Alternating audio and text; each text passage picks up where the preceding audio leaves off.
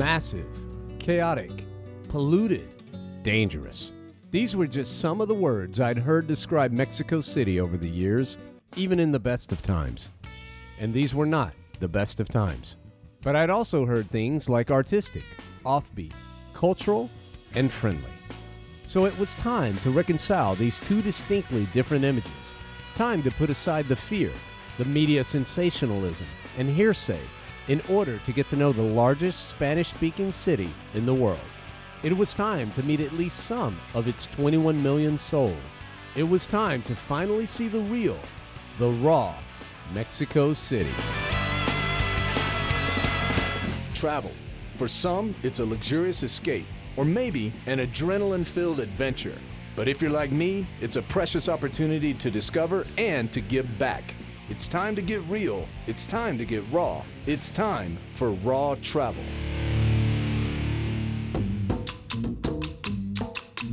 The bustling and often chaotic metropolis known as Mexico City has a long history steeped in legend.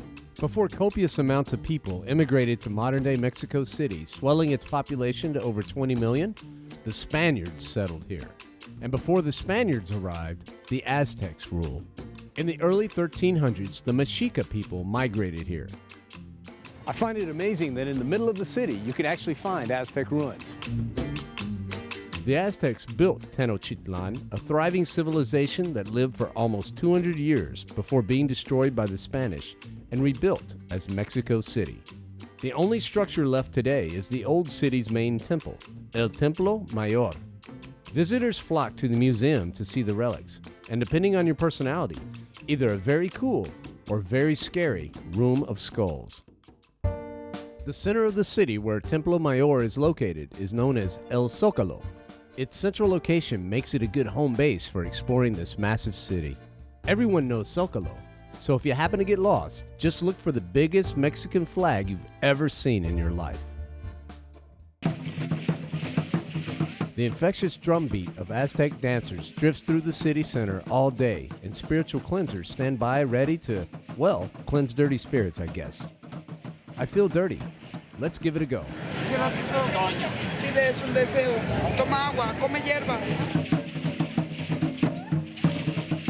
Locals seem to respect these ancient practices as well. But in Mexico City, it's not just about the past. The city also must face a very modern dilemma plaguing cities worldwide: traffic and pollution. I've been sitting in some serious Mexico City traffic, but now I want to be more eco-conscious, so I'm going to take the train. It's cheap and it goes everywhere. Living local is always my goal when traveling, and there's perhaps no better way to get a feel for everyday life than by taking public transportation. Mexico City's underground train gets you around quicker, more eco-friendly, and for far fewer pesos than a taxi.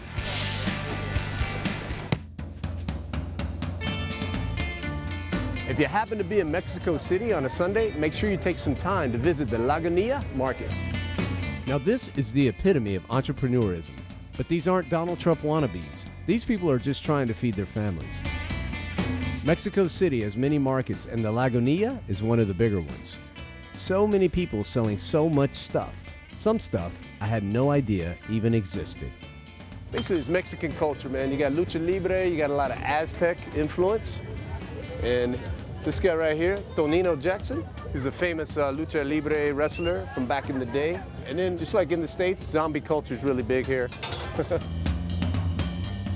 Dia de los Muertos, or Day of the Dead, is a really big thing here in Mexico, all over Mexico.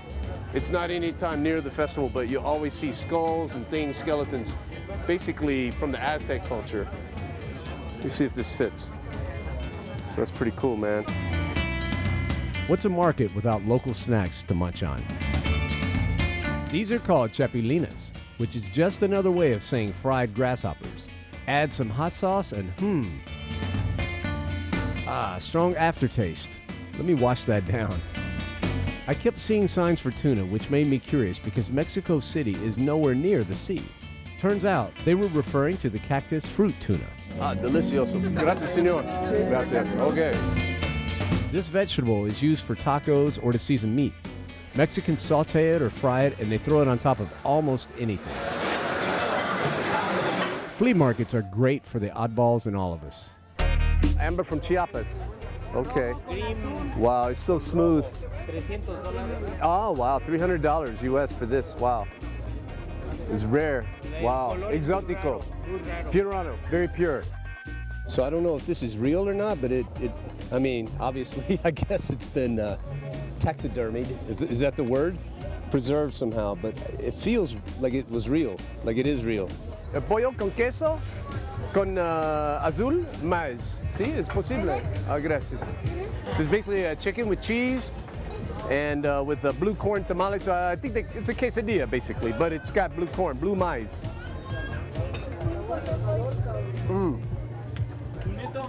Even in LA, I can't get food like that. That's awesome. That's really good. Excelente, delicioso.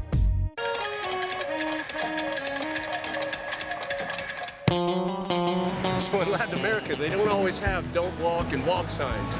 So sometimes you just got to take your chances and hope they stop.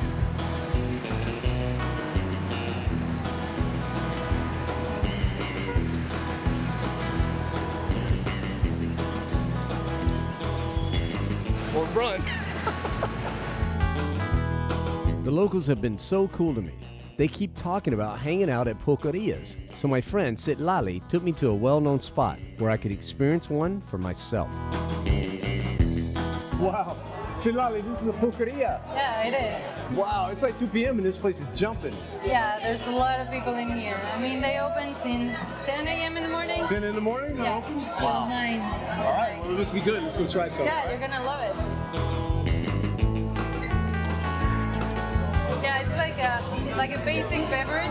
Okay. It's a fermented beverage. Oh, it's fermented. Okay, all right. Like the same thing they do the mezcal or the tequila. It's the same plant. Same thing. It's kind of a different process. And this has been around like for years and years and years, right? It's like an old tradition, a Mexican tradition. Yeah, it's a very old tradition. Are there pulquerias all over the city? Yeah, there are a few. I mean, this one's a little bit more attractive because of all the paintings. Tell me what we have here. These are pulquerias, right? So yeah, well, the pulqueria is like the plate. Oh, okay. Here you have the pulque.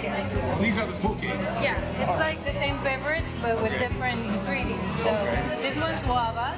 Okay. This one's celery. Celery. And it's got a little bit of chili powder around the glass. You're gonna love it. Salud.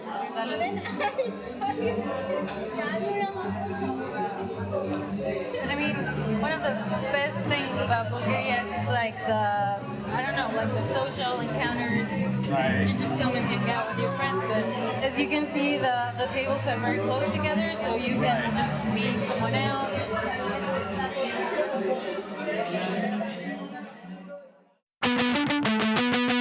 With Mexico's proximity to its northern neighbor, perhaps it's no surprise that cultures between the two countries have freely flowed back and forth for decades, if not centuries. You can't make a law strong enough or build a fence high enough to keep this from happening. While plenty of rich culture from Mexico has made it to the U.S., the U.S. musical genres of rock, punk, and rockabilly are just a few that made their way down south. But I think it's safe to say they've added their own Mexican twist and taken things to a different level. The El Chopo Market is the one place you really must see. My Mexican-American friend Alex Blue from the band Normandy Blue has been coming here for years and introduced me to this one-of-a-kind market. Alex, man, why do you come to El Chopo? What's so special about this place, man? Chopo's it's a place where, people come and they sell, their goods, rock and roll. It's like a rock and roll swap meet. They call this the El Chopo Market. What's the history? Like, has it always been a punk rock or a rock and I'm roll not exactly sure. No, it's always been like that. There's always been this rock and roll. I think it's like since the 70s that they've been here. We've already gotten to play here. Yeah. They have shows here. It's mostly merchandise. People come and sell stuff. It's only on Saturdays. Only Saturdays. Oh, which explains why it's so packed, man. Exactly. It's totally crowded, man. Exactly. And tell me about you. You're from Los Angeles and you come to Mexico City. Like, you have a lot of friends? Mexico City is my second home. It is, I come here to play and Yeah. I love everybody here, so it's where I feel most at home.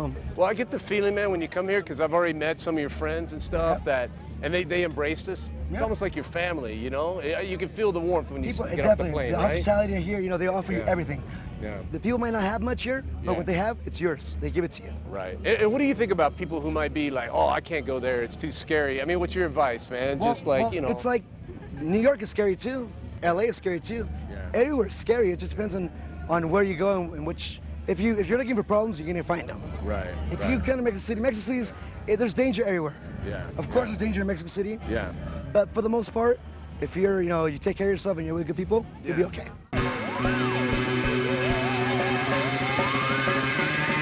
What's so special about these shirts, man? Well, these shirts, first of all, they're eco-friendly. Second of all, they're all independent. I'm going to stop you right there. What does that mean, eco-friendly? They don't use lead. See, a lot of times they use lead on the ink. Oh, gotcha. So these are lead-free, and they're vegetable-based. Evidently, that's what they say. Oh, wow. So these are all eco-friendly. They're safe to the environment. Okay. And they're all independently made. All these are influenced by pre-Hispanic. Okay. Right? Okay. The Aztec, So this is a company it's independently. It's done. That's the way that they live, by making T-shirts. And it's not like a sweatshop type stuff. They make them, and then they come sell them here in Chopo. Yeah, so that's important, man, because when you're buying stuff, man, you don't want to contribute. It might be a cheap T-shirt. Absolutely. It might I'd be rather cheaper. pay a little more. And you're helping people out. Yeah, exactly. You're helping I people like out that. too. That's Yeah, hot, that's man. always important to me. El Chopo Market is a gathering place for people often associated with the fringes of society. If black is your color, El Chopo is your spot.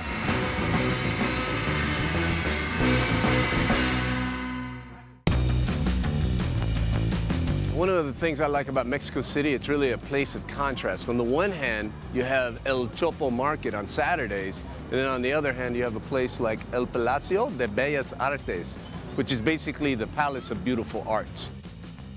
Mexico City definitely has a flip side to the underground art scene. Mainstream destinations like those in the Palace of the Beautiful or Fine Arts can easily be found in guidebooks and tourism maps.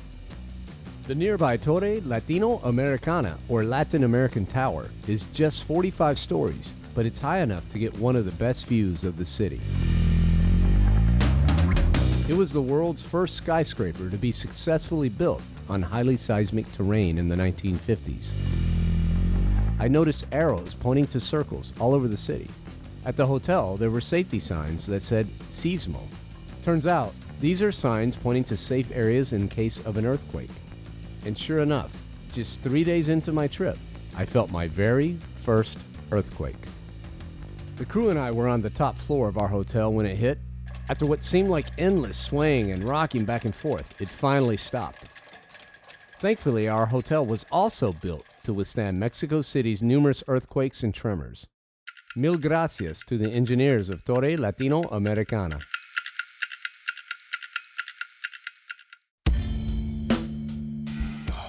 So this morning I woke up sick. Actually, I didn't even sleep last night because I think Montezuma's revenge. My stomach is killing me, and I have chills and fevers. So just make sure that you do like we do. Try to, budget in at least one day in case something like this happens unplanned. Hopefully I'll be over in 24 hours and back on my feet and shooting again. I was too optimistic. Montezuma had other ideas. But finally, 48 hours later, I was able to stumble to my feet, and I'm headed out with the crew to continue our journey through Mexico City. We're here at the Basilica of the Virgin of Guadalupe. Now, this is a very famous and sacred spot because people from all over Mexico and Latin America make a pilgrimage here every year. Religious or not, I can see how the beauty and tranquility of the surrounding gardens, landscapes, and chapels could help soothe the troubled minds of both locals and travelers alike.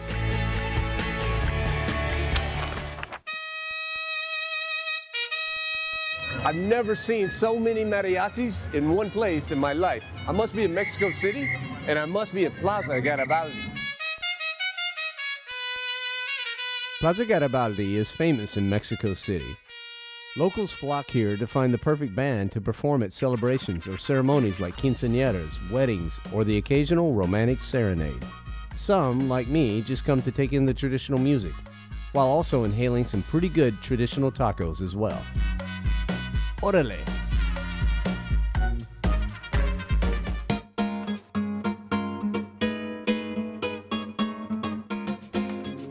I'm always looking for ways to find deeper meaning in my life and travels. Volunteering while traveling is one of the fastest growing travel trends today, and for good reason.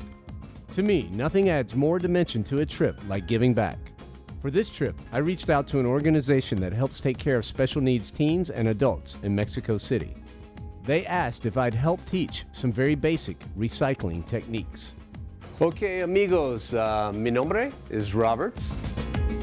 Well, actually, you know, like any time I've ever done something like this, it's a little intimidating at first. And, you know, within 5 minutes, that goes away because the people are just so warm and loving and innocent. What? ¿Qué? Voluntario? ¿Sí? ¿Por qué no? Yay! Okay, okay. ¿Cómo? Metal. Ah, excelente. Okay, metales. Papel. Papel. Aha, yes. Now it's your turn, my friend. Okay, papel. Perfecto. Yay. After a few minutes with them, you know, I start to open up. But at first, yeah, I'm definitely a little intimidated, a little shy, a little withdrawn. And as soon as I start to talk to them, get to know them, and within 5, 10, 15 minutes, you know, we're completely at ease. And next thing you know, you're friends, and it's a wonderful experience. I love it. I think the people here did learn something about recycling. They were already doing recycling before we got here, which I was happy to see.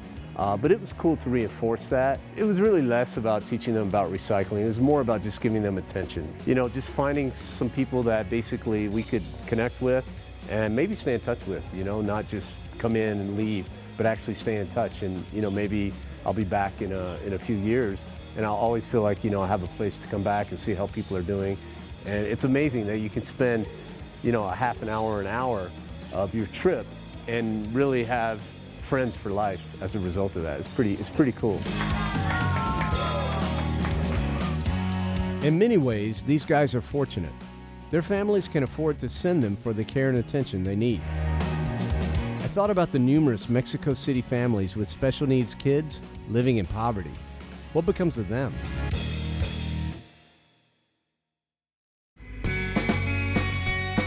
Tonight I have my first Lucha Libre match, so I'm gonna pick out my mask. Well, what do you think? You like it? Oh, yeah. Perfect. This one feels like it fits better, and I feel like a Mexicano. Orale! All right, let's see, man. I think this is the one. El Kiss, I'm coming for you, dude. Lucha Libre is one of those Mexican exports like tequila or tacos that's influence has transcended borders. To get a first-hand look into authentic Lucha Libre, I hooked up with aficionado and wrestler El Kiss. Lucha Libre has been around for almost 100 years, and it's extremely popular in Mexico. So when you come to Mexico City, you've got to take in a match. I'm here with El Kiss, who's going to show me around, right? Right. Let's do it Lucha Libre style. Let's do it, man. All right. There's a lot of people who move around here because they have some sort of passion for the combat sports. And that's what the name means, right? Lucha Libre, like you're fighting, free fighting, right? That's right. And it's sort of artistic and poetic, right? That's right. You have a performance. You have to know how to receive punishment, how to get into the movement, and get out of that movement. Right. Yeah, Kiss, I mean, one of my favorite things about Lucha Libre is just the creativity in the mask. I mean, they're so beautiful and colorful. I mean, are these real wrestlers right here? That's right. Yeah. That's Mephisto. Ah, Mephisto. So every mask here, even this monkey mask is somebody? That's right. And you guys even have your own line of dolls as well, I see, right? That's right. It sort of represents the struggle through life, you know, against government and oppression and injustice. Is that correct? That's correct. Yeah. Because you can see this is the most noble sport I know. Because, I mean, these guys are fighting every day. Can you make a living being a Lucha Libre, or do you have to have another job as well? You have to improve yourself so you can have a chance to have more fights and well-paid fights. I mean, most of the people who starts in Lucha Libre, their first payment is one torta and a soda. Oh yeah, That's right. And A son. Kiss, you've told me a lot about Lucha Libre, and I think I'm ready to take in a match. And I brought my own mask. And you ready? Let's go take in the match. Let's go, take in the match. All right. I was ready to get into the ring until I saw the size of the wrestlers. Don't be fooled by the mask. These guys are first-class athletes. I decided I'd like to live a bit longer, so I just observed amongst the crowd. The crowd was going nuts. I kept my mask on and took on another identity. It's easy to get caught up in the energy and feel part of the bloodthirsty mob. Mexico City is big, and El Centro is where it's at. But just about 45 minutes outside of the city are towns like Xochimilco, where things are more peaceful and tranquil. The canals of Xochimilco were established by the Aztecs, who roamed around on dugouts. Today, it's a gathering place for Mexican friends and families to celebrate and enjoy good times together by renting colorful gondolas by the hour or day.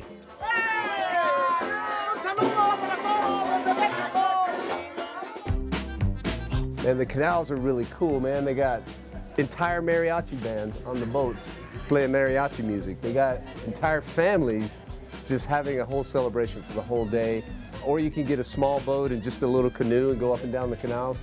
And then you never want for anything because there's always somebody there to sell you something, either some food or souvenirs, some refreshments, whatever you want. The boats are just beautiful. I love them.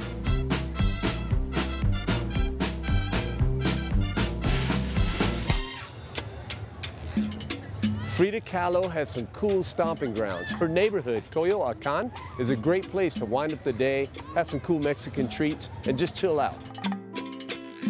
Like its most famous late resident, Chuecaan is both bohemian and eclectic.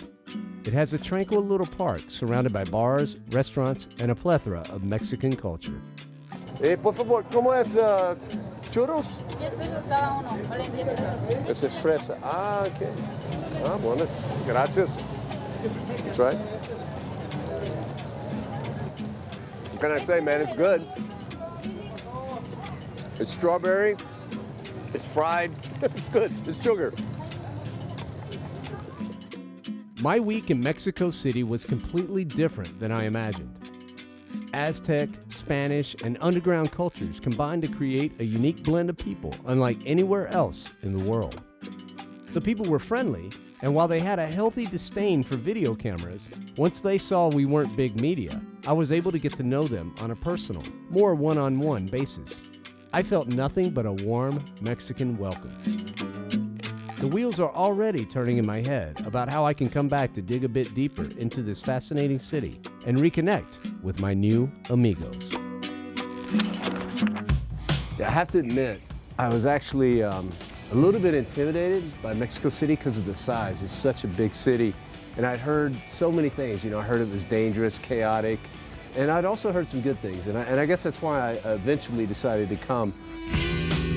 The thing I really like the most, I believe, is that they really celebrate so many different layers of culture that they have. For example, the Aztec culture, thousands of years old, as well as the Spanish culture, and everything is celebrated. None of it is lost, regardless of what their background is. And of course, it always boils down to the people. Everybody was so friendly. You know, they work really hard, but they also, you know, believe in having a good time, and that's infectious. And it's just such a colorful culture with so many different layers that, you know, I definitely am going to come back because I know that the short time I was here wasn't enough, you know. And there's a lot more to see and hear, but right now I'm really glad I finally came to Mexico City.